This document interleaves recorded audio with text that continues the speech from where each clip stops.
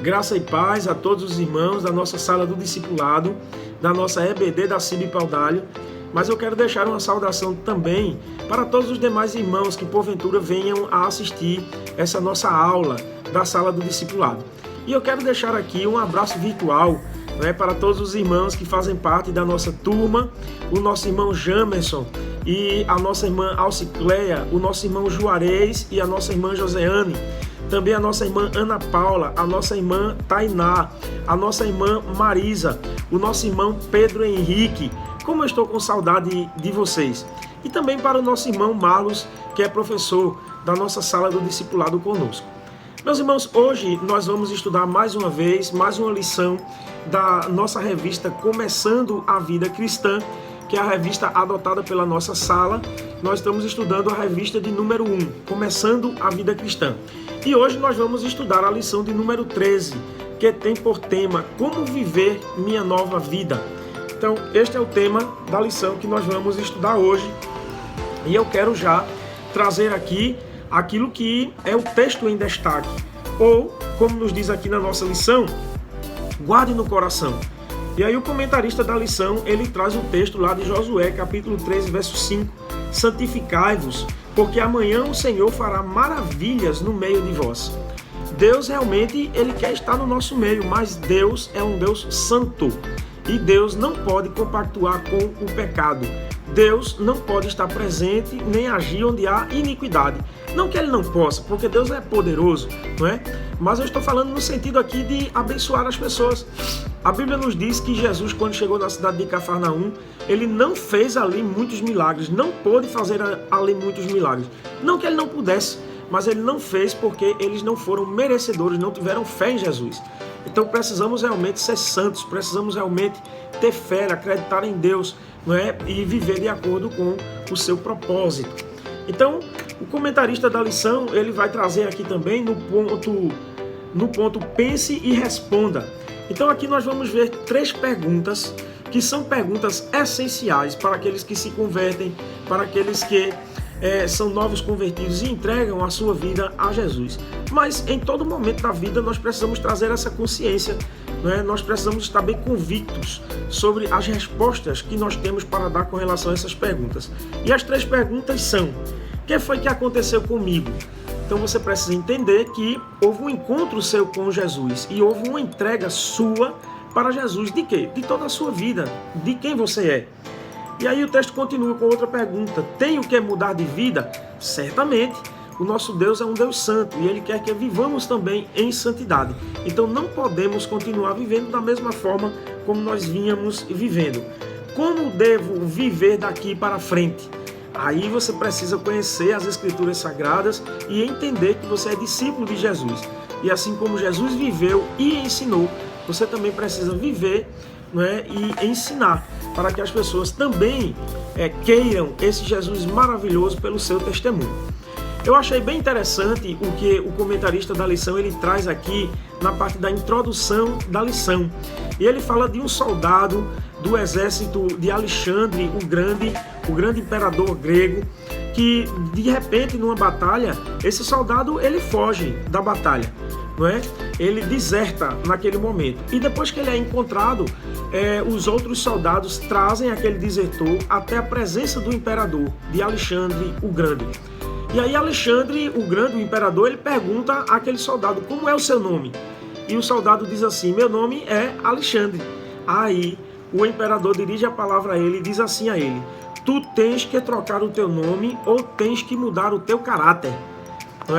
O que é que Alexandre o Grande estava dizendo? Que aquela atitude dele, aquela covardia de fugir da batalha, não condiz com o nome que ele levava sobre ele, porque o próprio imperador, ele era um homem de coragem, ele era um homem de fibra, era um homem de batalhas, ele jamais iria fugir de uma luta, de uma batalha. Então o imperador disse a ele: olha, ou você muda o seu caráter, a sua maneira de ser, ou então você troque de nome, mas com esse nome você não pode permanecer. E aí o comentarista da lição ele faz uma aplicação disso e diz que assim também deve ser o cristão. Então, se eu me digo cristão, se eu me digo crente, eu preciso viver de forma digna do evangelho. Ou então, eu não sou crente, eu não sou um cristão. Então nós precisamos ter consciência disso e não podemos viver essa dualidade. Não, de forma alguma. Né? Mas precisamos realmente corresponder. E aí a lição, ela diz o seguinte, que o crente, essa nova criatura, essa nova pessoa em Cristo, ele precisa andar de modo digno da sua chamada. Nós fomos chamados para sermos discípulos de Jesus e precisamos andar de modo digno do Senhor Jesus Cristo, para não envergonharmos o Senhor Jesus nem o seu Evangelho, para que as pessoas não nos tenham como mentirosos. Porque se eu digo ser alguma coisa e não sou de fato, então eu sou mentiroso. E o texto vai dizer aqui que nós precisamos andar em novidade de vida. Esses dois textos estão lá em Efésios, no capítulo 4. Então, andar em novidade de vida, o que é isso? Jesus, ele te deu a oportunidade de você zerar as contas com Deus, com o Pai. Jesus pagou um preço por você e deu essa oportunidade de você nascer de novo. Esta foi a palavra de Jesus para Nicodemos lá em São João, no capítulo 3, quando Jesus fala do nascer de novo. E aí Nicodemos, sem entender nadinha daquilo que Jesus estava querendo dizer, né? Ou pelo menos ele questionou Jesus, dizendo: como é que eu posso nascer de novo? Eu terei que voltar para o ventre de minha mãe? Aí Jesus questiona Nicodemos e diz: rapaz, eu estou falando para vocês de coisas desta vida e vocês não estão me entendendo, não é? Mas aí Jesus diz: Nicodemos, eu não estou falando de nascer da carne, nem do sangue desse jeito, mas eu estou falando de um nascer do Espírito, da água e do Espírito. Jesus está falando dessa nova oportunidade que Deus está dando, então comparando isso a um novo nascimento, não é? Uma pessoa só passa a existir a partir do momento em que ela é gerada no ventre da sua mãe e a partir do momento em que ela vem a nascer. Então aí, a partir daí começa a sua história, porque mesmo quando ela está no ventre da mãe, a mãe é que vai ali conduzindo, né, aquela criança por onde ela quer. Mas a partir do momento que se nasce uma criança, dia do nascimento de alguém, então a partir daquele momento você vai escrever a sua história. Então o que Jesus está dizendo, que esse novo nascimento é uma oportunidade que Deus está lhe dando para que você escreva a sua história, uma nova história, não é? Para que você não incorra nos mesmos erros, nas mesmas práticas que você um dia incorreu. Mas aí Jesus, Deus, ele nos dá todas as condições que precisamos para viver esta vida, os recursos necessários para o nosso fortalecimento espiritual, a vida espiritual, como nos diz aqui o comentarista da lição. Espiritualmente falando, assim como uma criança, ao nascer, ela precisa dos cuidados ali do alimento físico para poder se desenvolver, a criança também, espiritual, né? O novo ser ali em Cristo, como uma criança na fé, ele também precisa do alimento espiritual para que ele venha a chegar à sua maturidade espiritual. Porque em termos espirituais, você também precisa crescer, não é? A Bíblia nos diz que nós precisamos crescer na graça e no conhecimento do Senhor nosso Deus. Então existe um processo aí, e sem esses recursos você não pode estar fortalecido. E quais são esses recursos? Aí o comentarista da lição ele vai dizer: o Espírito Santo. Então você precisa abrir espaço na sua vida para que o Espírito Santo ele faça essa obra. Ele quer fazer esta obra, mas ele não impõe isto a ninguém. Você precisa ir dando espaço para ele para que a obra seja feita. O outro recurso são as escrituras sagradas, onde você conhece a vontade de Deus. A oração, onde você se aproxima de Deus, onde você conversa com Deus. O comentarista da lição bota aqui que é importante também você fazer parte de uma igreja local. Como nós já vimos no estudo anteriormente, é na igreja local que você se fortalece na comunhão, que você se torna realmente fazendo parte deste corpo, desta unidade em Cristo. E você também deve fazer uso da sua família, daquilo que Deus proveu para você como família e principalmente da sua família cristã. Aí nós vamos ver aqui na lição que a lição vai desenvolver 3 aspectos aqui, não é? Que nós precisamos estar atentos com relação a esse nascer de novo, a esse renovo de vida, a essa renovação espiritual. E eu quero destacar que nós somos pecadores, não é? Não é porque estamos em Cristo que nós deixamos de ser pecadores, não. Nós somos, mas agora justificados e habilitados para viver uma vida diferente. Então somos pecadores, mas nós não vamos nos entregar ao pecado, nós vamos combater ao pecado. Nós não vamos ceder ao pecado, mas nós vamos lutar contra ele, né? O Espírito Santo, ele quer fazer essa obra na nossa vida e ele vai fazer se nós realmente nos entregarmos a essa ação de Deus. Então, como pecadores que somos, nós pecamos por pensamento, palavras e obras. Olha a sequência. A Bíblia nos diz que nós somos nós pecamos quando somos tentados e somos engodados pelas nossas próprias concupiscências, os desejos da nossa carne. Então tudo isso vem à nossa mente e muitas vezes nós transformamos isso em palavras, em conceitos e a partir daí também em ações. Então pecamos por pensamentos, palavras e ações. Não é pelo fato de você não ter cometido uma ação que você deixou de pecar. Jesus deu o exemplo disso quando ele disse que um homem, ele não só peca quando ele realmente vai lá e um homem casado, né, ou uma mulher casada vai lá e se deita com um outro homem ou outra mulher casada. Jesus disse que adultério é quando um homem olha com intenção impura no coração para outra mulher, ele já adulterou. Então nós somos adúlteros, nós somos pecadores, mas não entregues mais o pecado, vendidos ao pecado, não, agora nós fomos comprados por Deus e Deus vai fazer essa obra na nossa vida. Mas precisamos realmente nos renovarmos no Senhor, né? Então precisamos ter a nossa mente renovada. Precisamos ter a nossa língua controlada e precisamos também ter o nosso corpo consagrado, uso exclusivo do Senhor. E eu gostaria de refletir ainda o seguinte, com relação a isso, nós precisamos desse renovo realmente, não é? E sem esse renovo de mente, boca, palavras e coração, aí nós não estamos fazendo jus àquilo que nos diz o apóstolo Paulo escrevendo aos Gálatas, quando o apóstolo Paulo ele fala de uma entrega total a Cristo. E ele vai dizer assim, lá aos Gálatas, capítulo 2 de Gálatas, verso 20. Estou crucificado com Cristo e já não vivo, mas Cristo vive em mim. A vida que agora vivo na carne, viva na fé do Filho de Deus, que me amou e a si mesmo se entregou por mim. Então não vivo mais eu, mas Cristo vive em mim. É um negar-se completamente. É um entregar-se completamente a Cristo também. Então negar-se completamente e entregar-se completamente vai fazer com que você não viva mais a vida que você como pecador quer viver, mas vai lhe habilitar para que você viva como Deus quer que você viva, de forma consagrada a Ele. E nós vamos agora para os pontos da lição aqui. O comentarista da lição vai trabalhar os 3 pontos da lição e o primeiro ponto da lição é renove a sua mente. E nós vamos nos aprofundar um pouco naquilo que nós já falamos. Mas ele traz o texto aqui de Romanos, capítulo 12, verso 2. Mas transformai-vos pela renovação da vossa mente. Mente renovada. Eu não posso mais pensar como eu pensava antes. Eu tenho que pensar diferente. Porque de acordo com o que eu penso, vão vir também as palavras. De acordo com o que eu penso, além de palavras, vão vir também as minhas ações. Jesus mesmo, ele nos ensina sobre isso quando ele foi questionado sobre os seus discípulos comerem sem lavar as mãos. E os fariseus vão lá criticar Jesus.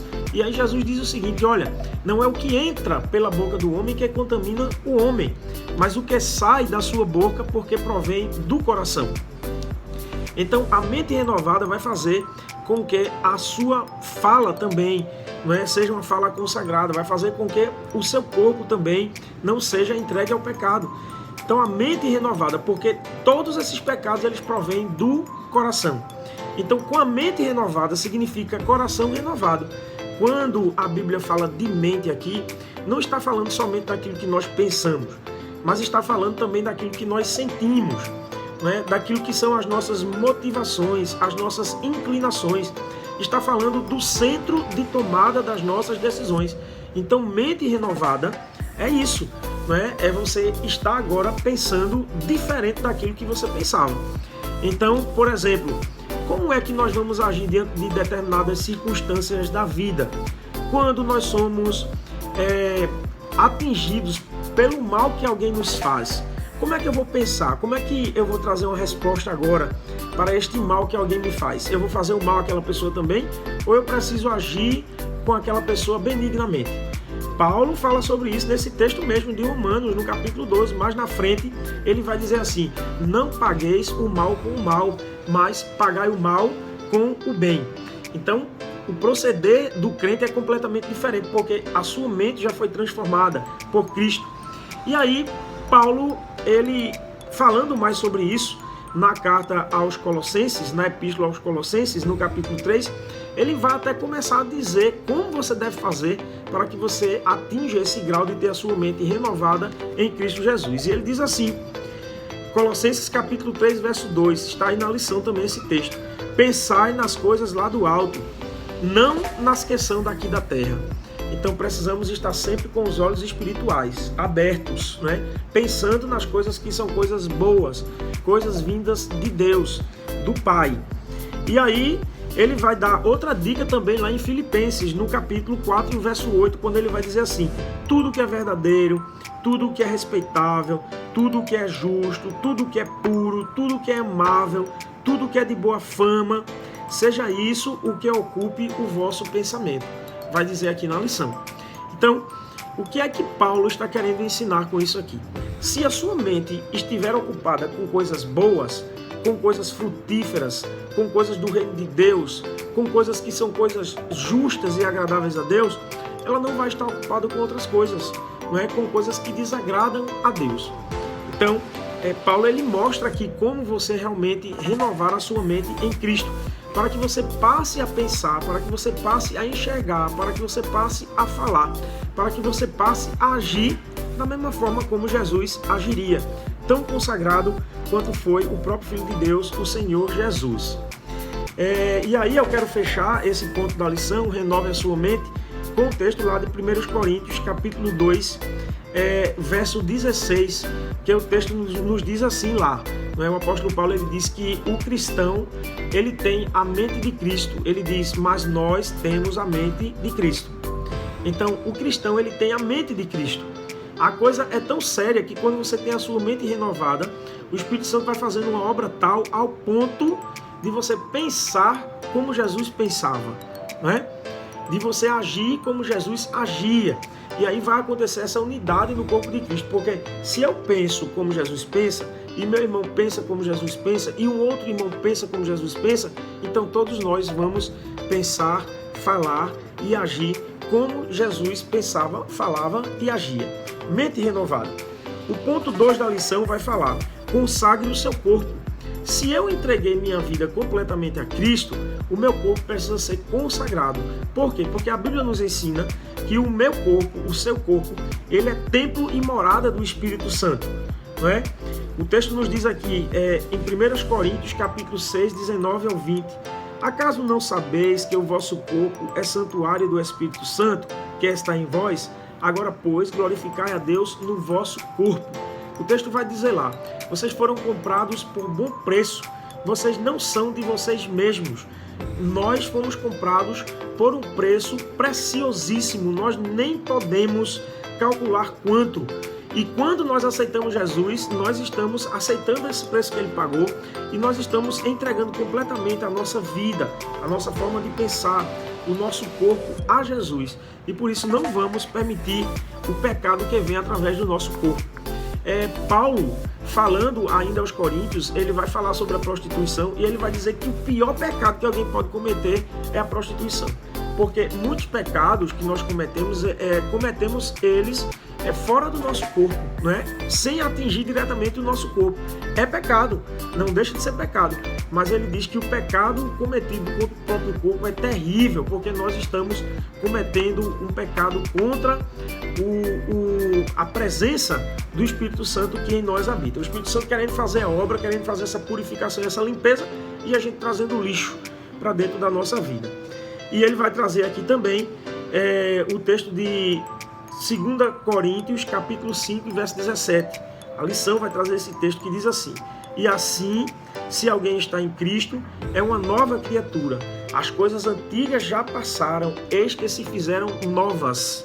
Então, tudo aquilo que era de velho, de antigo, que eu praticava, que não estava de acordo com a palavra de Deus, eu vou deixar lá. Não vou trazer e continuar vivendo esta situação em minha vida, não é? Então, tudo se fez novo. Todas as coisas se fazem novas. Até mesmo aquilo que de bom a gente fazia. E eu vou dar um exemplo de alguém, uma pessoa conhecido meu, que ele tinha a prática da bebedice. Ele gostava de beber. Bebia muito, né? Mas aí, em um determinado momento, ele foi no médico, antes mesmo de ser crente, e o médico disse: olha, se você continuar nessa vida, você vai morrer. Então a bebida está lhe ofendendo, você precisa parar de beber. E ele parou de beber. Ele parou de beber por conta da saúde dele, né? Mas olha que interessante, que mérito tem nisso, a não ser a questão da saúde. né? Em termos espirituais, por amor a Cristo, não foi uma atitude por amor a Cristo. Então, por isso que o texto vai dizer aqui, né? Eis que tudo se faz novo quando nós estamos em Cristo. Porque até mesmo para aquele cidadão, depois que ele se converteu, ele passou agora a não fazer aquilo, a questão da bebida, não somente porque aquilo fazia mal para o seu corpo, mas ele passou agora a agir diferente também por amor a Cristo. Então olha só como mudou aí já a situação, né? Então realmente todas as coisas elas se tornam novas e o meu corpo precisa agora ser consagrado ao Senhor, né? A partir do momento que nós aceitamos a Jesus, o nosso corpo ele é oferecido agora para que o Espírito Santo em nós habite. É preciso a gente entender que a partir desse momento que nós aceitamos a Cristo, há uma entrega completa e um reconhecimento completo também. Se você se entrega completamente a Cristo, há também um reconhecimento completo de quem Deus é. E eu falo aqui em termos de o que Deus precisa realmente ser na vida de alguém. Então, por exemplo, é preciso haver um reconhecimento de que Deus ele é o Criador de todas as coisas. Então, no quesito criação, muitas pessoas ainda não aceitaram Jesus, mas eles têm esse conceito, que Deus é o Criador de todas as coisas.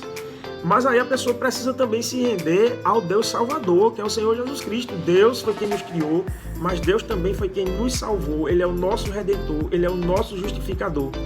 E a partir do momento que você aceita Jesus, vem agora um terceiro quesito, um terceiro reconhecimento da sua parte, que a partir de agora você também está reconhecendo o Deus Consolador, o Deus que se faz presente, o Deus Santificador, aquele que vai estar na sua vida, habitando no seu próprio corpo ali, pela presença do seu Espírito Santo, para conduzir você diante dele, né? Então, reconhecer Deus como Criador, Salvador, mas também como aquele que habita no seu corpo, o Espírito Santo, que vai promover essa santificação. E por fim, o último ponto, ponto 3, fala sobre o controle da sua língua. Tiago vai nos ensinar que a língua, como nos diz o texto aí de Tiago 3:6, a língua é fogo, é mundo de iniquidade. Tiago vai ensinar lá nesse texto que assim como um piloto de um navio, né?